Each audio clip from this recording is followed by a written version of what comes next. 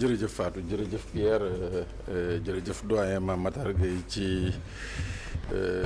partage bi nga partage mais Pierre faut aussi nga même me préciser à son encontre et surtout à l'encontre de Latif Gueye que man seen keppaar la màggee donc wax fa dëgg yàlla mu nekk indi yi nga xam ne sur le combat LGBT trafic de drogue les enfants de la rue yeneen yu ci bëri dama ko fekkee surtout bi ñuy nekk fii Bourguiba régulièrement j'y allais donc vraiment pour dire que à son âge mu continuer de mener ce combat il faut lui rendre hommage parce que je sais que c'est quelque chose de très désintéressé comme le faisait feu Abdou Latif Gueye donc justement Fatou sur les propos yi nga xam ne kii di général Maïssa Sélé Ndiaye daf ko tenir c'est vrai que depuis démb xaw na jur na sax coow man damay wax ci ñaari pàcc damay wax ci forme bi wax ci fond bi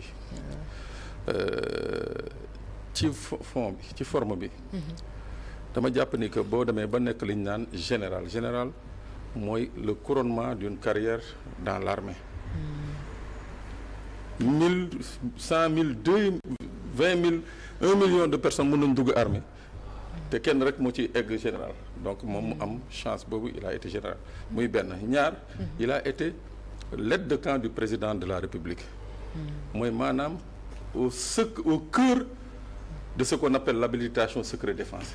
lu président xam da koy partager ak moom lu mu xam da koy partager ak moom c'est-à-dire c'était la bouche c'était l'oreille c'était le tout du président donc nit kooku bu génnee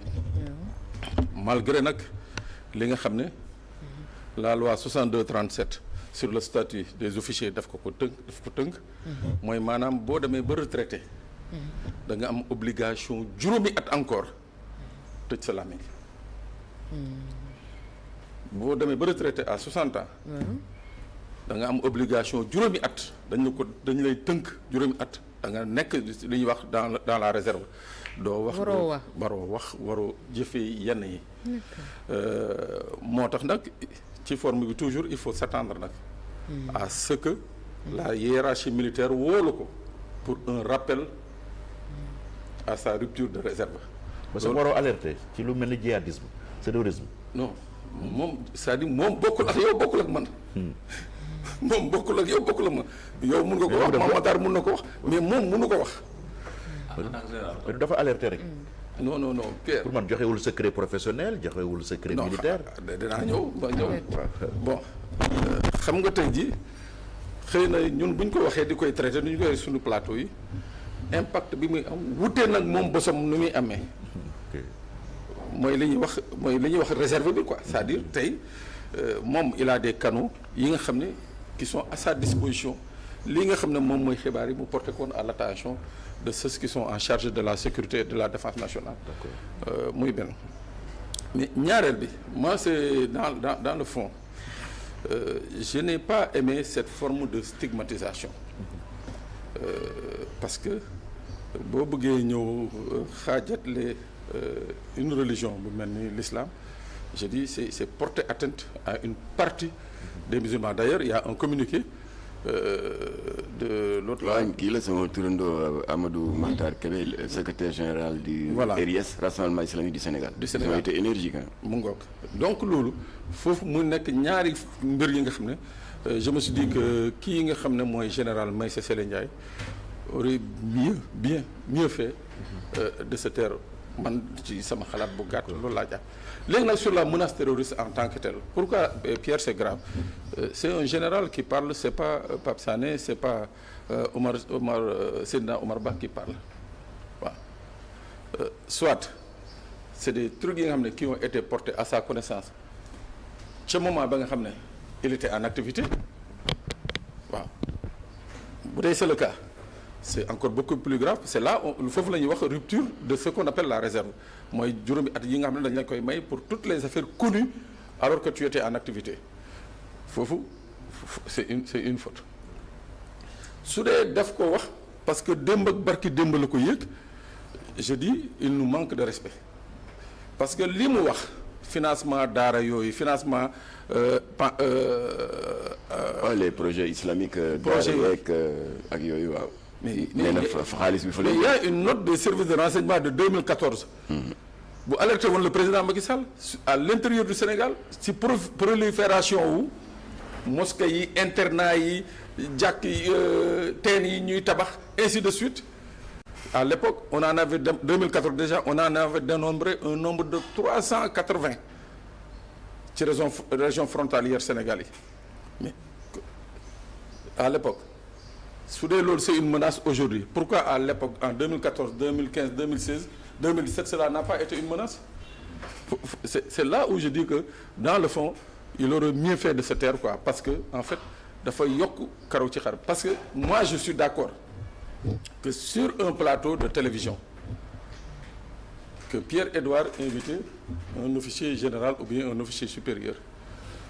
mu ñëw comme le cas bi mu amee en 2021 ba ñuy wax force occulte force spéciale force nangam sangam les officiers sont sortis pour dire que ñi fi doon manifester c'était pas des terroristes c'était pas des forces spéciales c'était pas des djihadistes c'était des Sénégalais loolu c'est avec le concours et l'autorisation de la hiérarchie militaire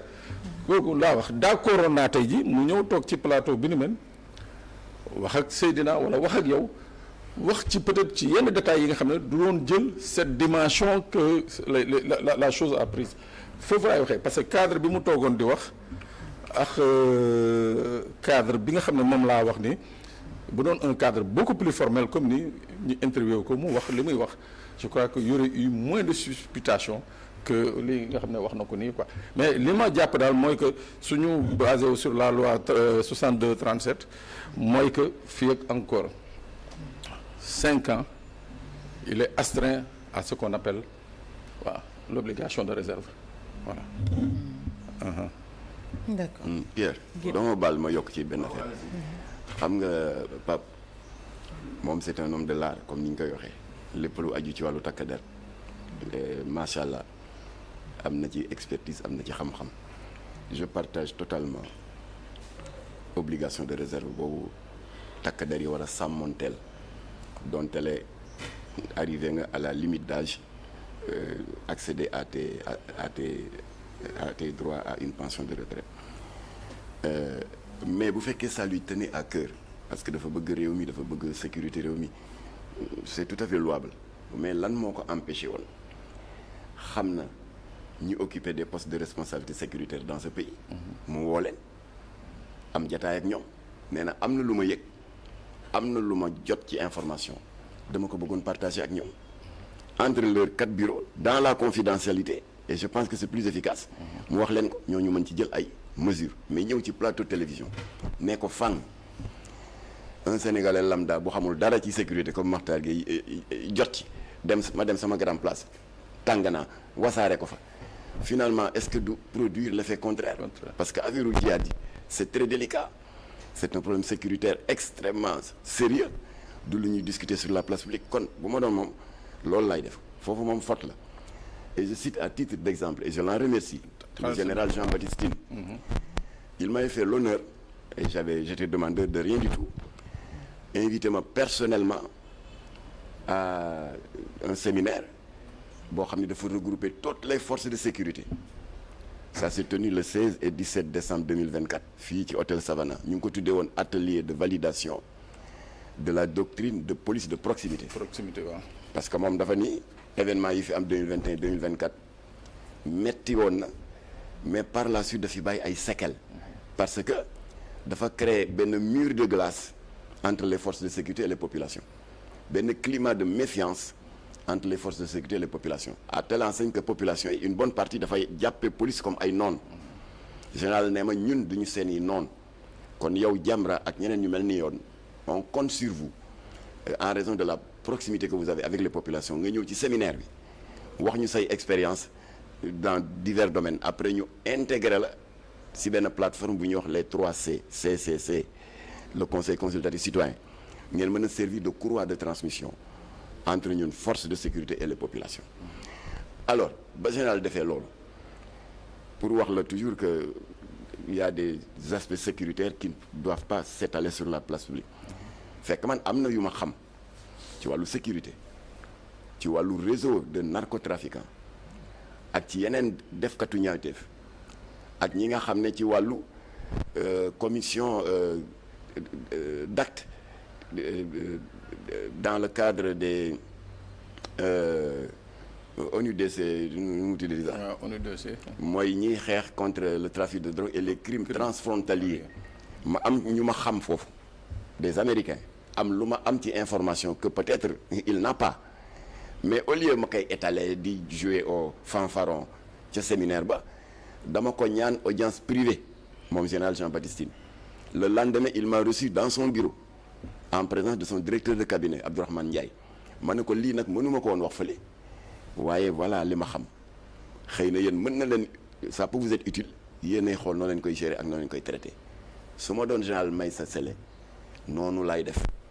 damay woo les responsables de la sécurité nee na am na lu ma yëg sans compter sama expérience bi ma am en tant que général dama ñëw gis leen pour que en privé entre 4 minutes ñu partage ko nga bàyyi leen ñu traité ko mais yooyu ça ne se fait pas sur la place publique à plus forte raison ci benn plateau télé. Tout à fait. waaw beneen point bi di utilisation des véhicules de l'administration des militaires n'est-il pas temps de reprendre les contrôles sur les carnets de bord? waaw sujet bi moom dafa mel noonu dama xamoon ni doyen Mame Matar dana fi nekk. xam nga moom grand plateau la. c'est une bonne chose qu'il soit là parce que dana ko mën a firndeel quoi.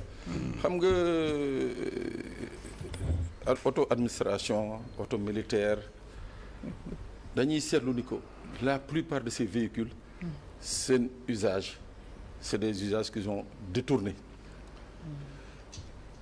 alors que obligation dafa def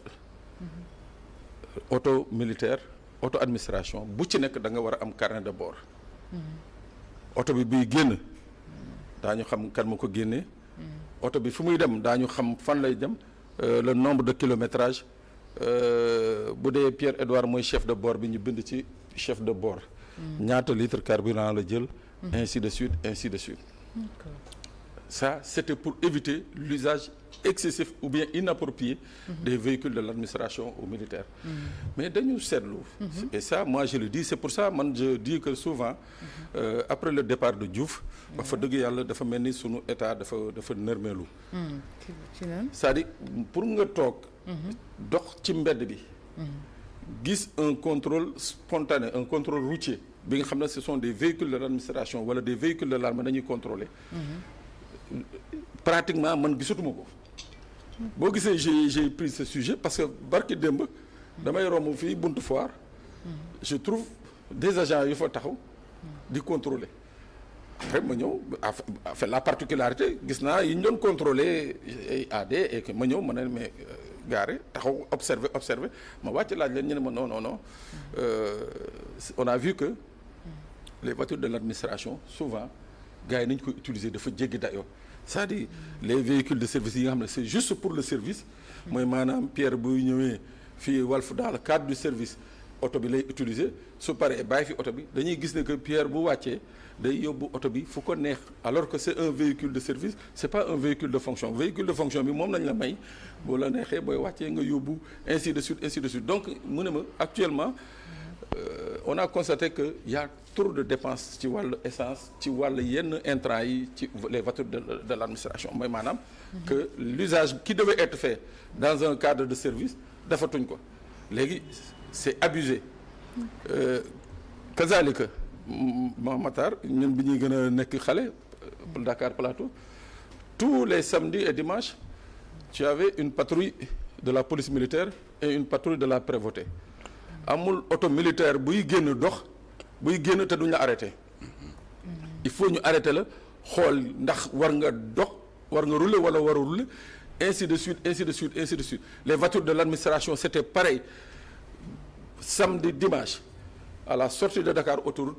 policiers yi gendarmes yi ngi foon oto bu génn hors de mission la wala carnet de bord moo tax dama ne léegi nii comme dañ nekk ci yaxanal et puis mu nekk aussi une question de sécurité routière parce que li ci gën a yéeme en fait man li ci gën a yéeme li tax sax moo choisir le sujet c'est ce qu'on appelle les plaques bénalisées de l'administration Pierre cette affaire-là il faut que le gouvernement le ministre des Transports def une enquête sérieuse sur les plaques banalisées. Les plaques banalisées mooy lan mooy dañuy am benn oto AD ñu ne affecté nañ ko Seydina Omar Seydina jël oto boobu nga xam ne mooy kii daal di demander am plaque banalisée ñu jox ko plaque banalisée bi mu jël plaque banalisée boobu jël moom oto boppam bi nga xam ne amul këyit moom oto boppam bi nga xam ne amul këyit mu taf ca plaque bi AD bi mu bàyyi ko fële ci oto ba nga xam ne mooy oto service bi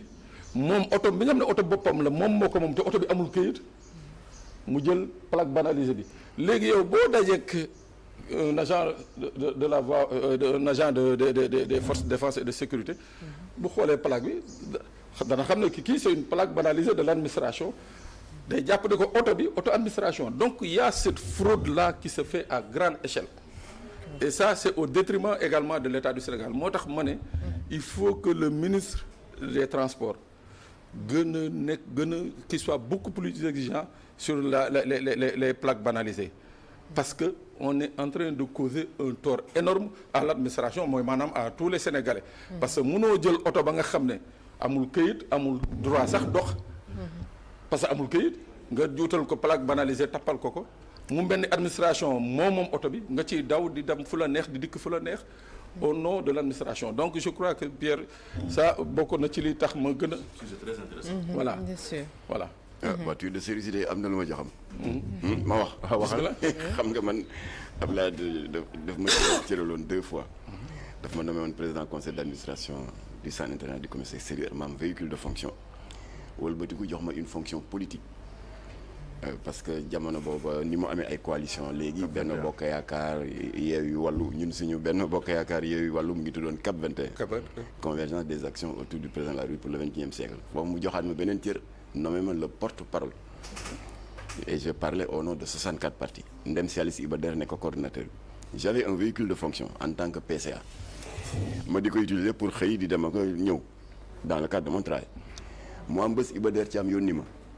je devais aller au plan Jaxaay war a contacter chef de quartier bi ak yu demee noonu mais c'est politique donc parce que suñu rôle moo doon di défendre le bilan du président et de rendre visible ses réalisations ma ne ko professeur de yoruma oto mu ne ma sa oto si sa ma ne yow yaa ma jàngal bi nga nekkee parlementaire que véhicule de fonction yeeg matériel état buñ ko jaxase dans le cadre de nos activités politiques mu ne ça je l'apprécie beaucoup je vais voir ak Ablaye Faye qui est responsable du parc auto du PDS alors mu dem boole ma ak Ablaye Faye boole ma ak Ablaye Balde alors Ablaye Balde lijjantil ma beneen deuxième voiture ma gaare auto PCA bi jël bi pour mes activités politiques su ma amee activité professionnelle ma jël bëli waaye li ci am solo état bi war na dellu à l'orthodoxie c'est-à-dire di fexe plaque de matriculation yi ku ko gis xam ne kii auto administration la parce que depuis jamono Senghor en passant par Diouf c'était les fameux yaa ngi koy fàttaliku SO da nga daan gis numéro nangam SO ça veut dire c'est officiel bon bi alternance amee Ablaye Wade ñëw changer SO bi en AD administration waaye Sané dafa wax lu am solo ndeke am na ñuy demander dérogation jaaduwul c'est-à-dire ñu may leen